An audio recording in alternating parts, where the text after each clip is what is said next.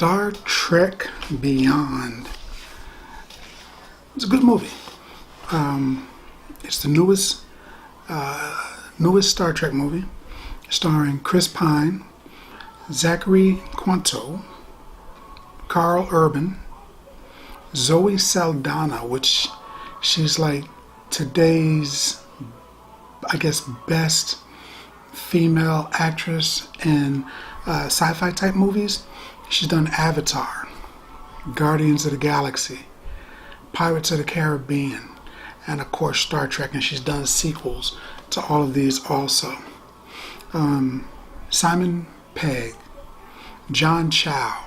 If you've ever heard anyone call a woman MILF, he's the one that started that in the movies. He was in the movie American Pie. He's the guy that, smacks the picture and tries to kiss it and calls it MILF. He's the one that started that. Just throwing that out there. Anton Yelchin. I'm going to say that name wrong, I'm sure. Actually, R.I.P. Rest in peace. He passed a month before the movie started shooting. Idris Elba is in the movie. Sophia Boutella is also in the movie. You remember her? She had the twig legs and the Kingsman, the blades for legs. She was always kicking people.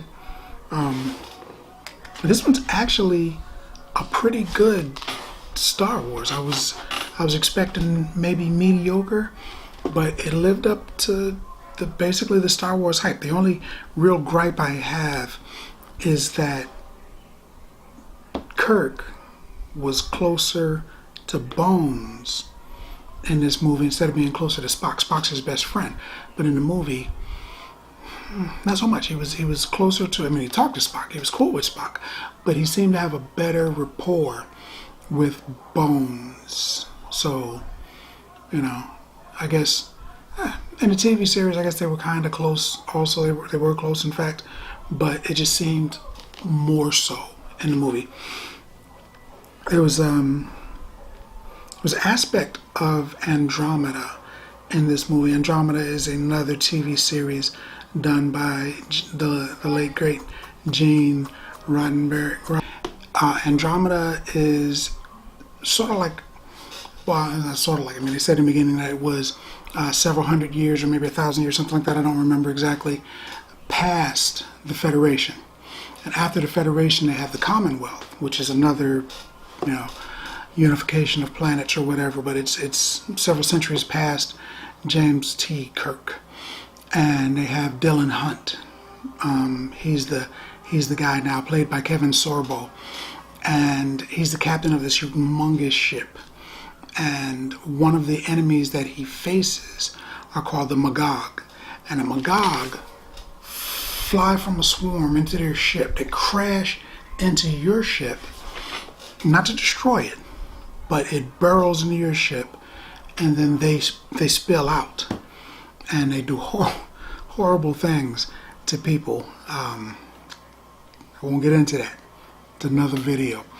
But in this movie, the villains do the same thing. They're in a swarm, bam, their ships hit your ships, and instead of destroying it, they pour in. The troops pour in, and they combat you. It was a great battle, great fight, MMA style. A lot of people are picking up the MMA style of battles. There was a great fight in this movie.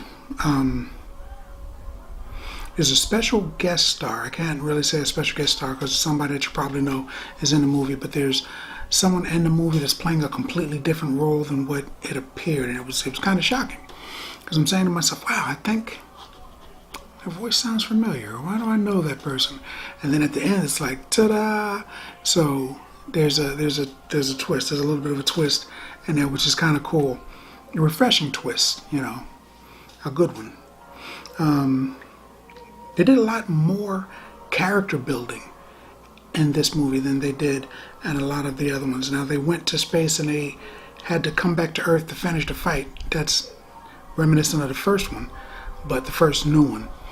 But essentially, a villain develops a weapon and they need a component that Kirk has. So they have to try to get it from him. And that causes all kinds of mayhem and chaos. So they go through all of that, and they end up on when I saw it, I thought they were going to be on some type of a prison planet, but that wasn't actually the case. The trailers misled me a little bit. Maybe you too, but they definitely misled me. I thought it was going to be something else, but and it's probably good, you know, because you want a surprise when you get to the movies. But it's a good movie. Not really a lot of twists, except for that one I talked about. It's pretty straightforward. Captain Kirk shows up and kicks the crap out of a lot of people. People are going to get blasted with lasers. There's aliens. Everybody's in space. But it's a standard formula for a Star Trek movie, but it was done really, really well. So if you find time, check this movie out. And I'm going to start rating the movies now. I think I'm going to do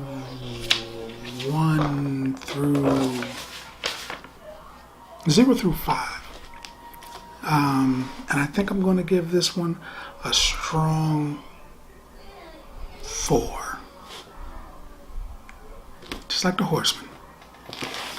So if you like what you see, as always, right here in the corner, go ahead and click subscribe. Let's talk about the movie.